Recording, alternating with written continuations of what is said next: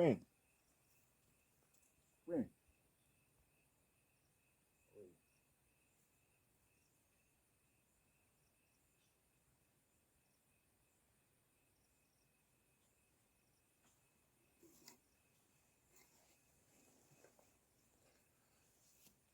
I will not run away from a faraway land and comes back to my country and my land and I continue running again. It's impossible. Rather, I will die in my own land and my people will know that they have another Jesus Christ, the new one, because they said he died for us. What about if I die for my own people?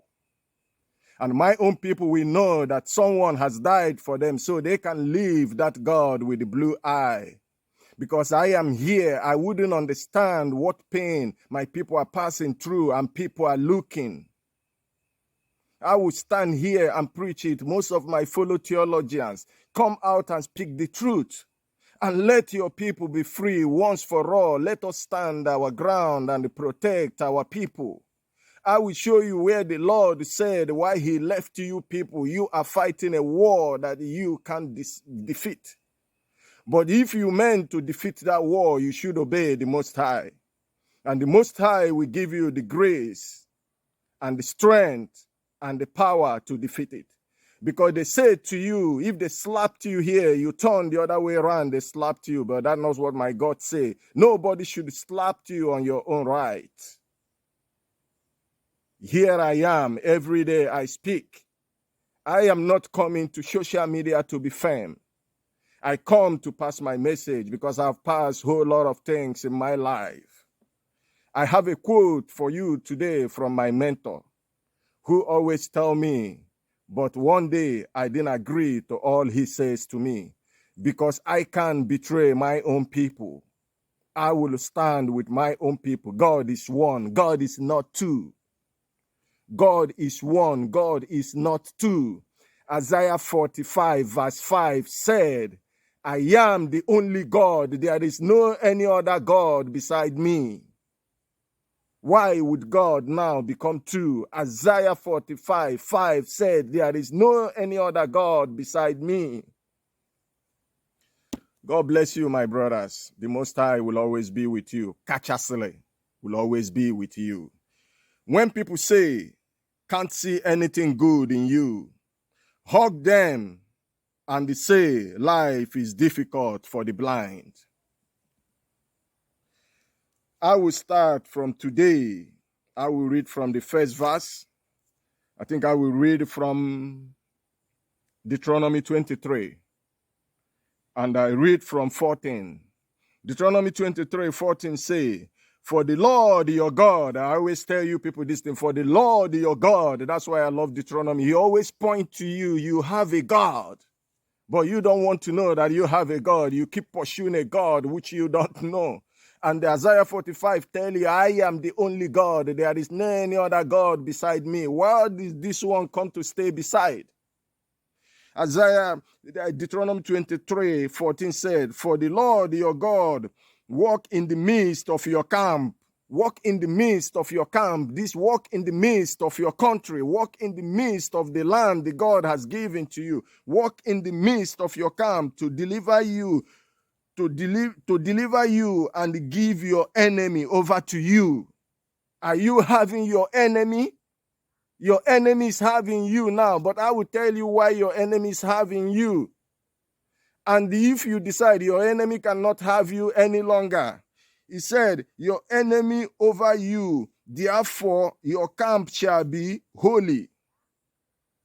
You see, walk in the midst of your camp to deliver you, give your enemy over to you, therefore your camp shall be holy, that he may see no unclean thing among you and turn away from you. Do you see why he turned away from you? A lot of non-clean things, not clean nonsense.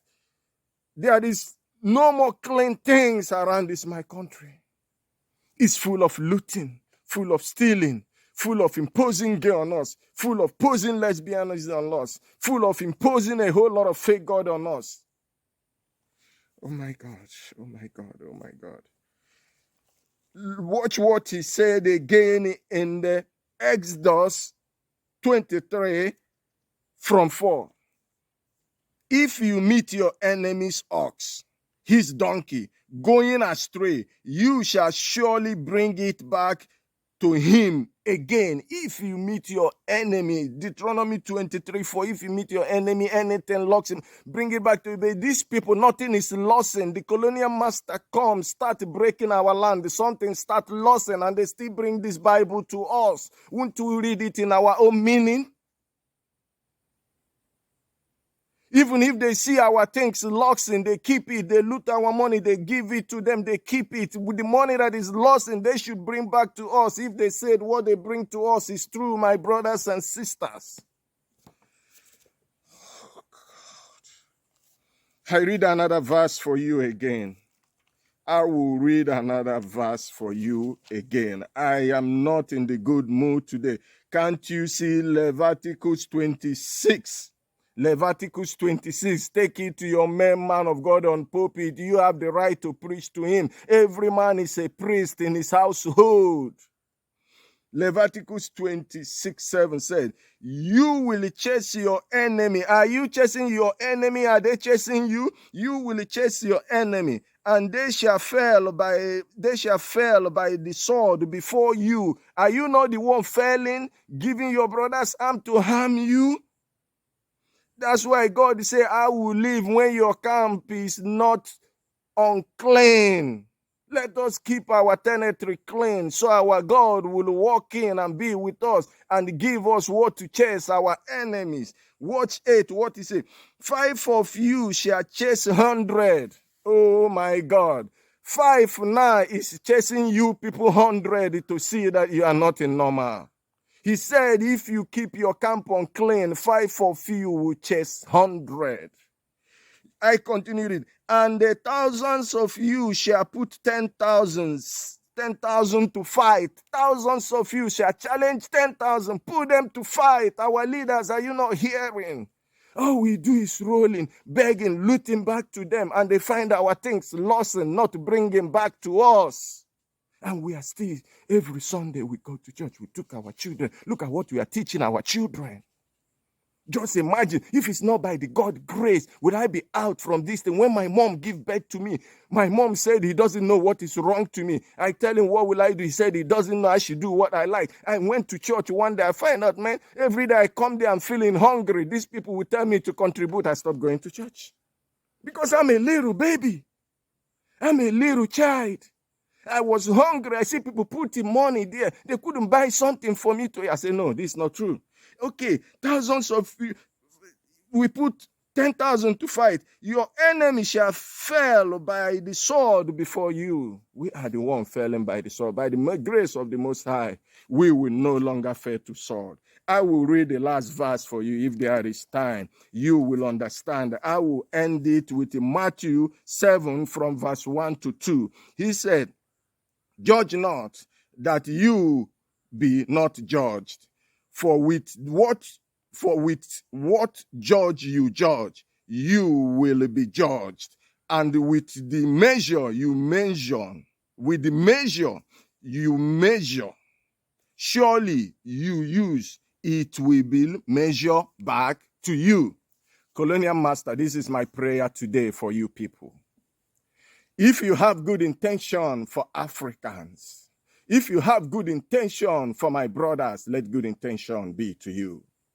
But if you have bad intentions to my brother, that bad intention will be measured back to you here. This is the book you bring to me that I read it from. I am not the one who did it. This is the book you bring to me that I read it from. That is my prayer to you, and I call upon the Most High. If it is good measure that you have for me, let good measure be for you. But if it is bad measure that you have to me, what you measure to me and I survive it will be measured back to you. Only God will decide if you will survive it. That is Matthew 7:2. Hear what he said. For with what judge, you will be judged. And with the measure you used, it will be measured back to you. Umunnem, I remain your brother. Remain blessed.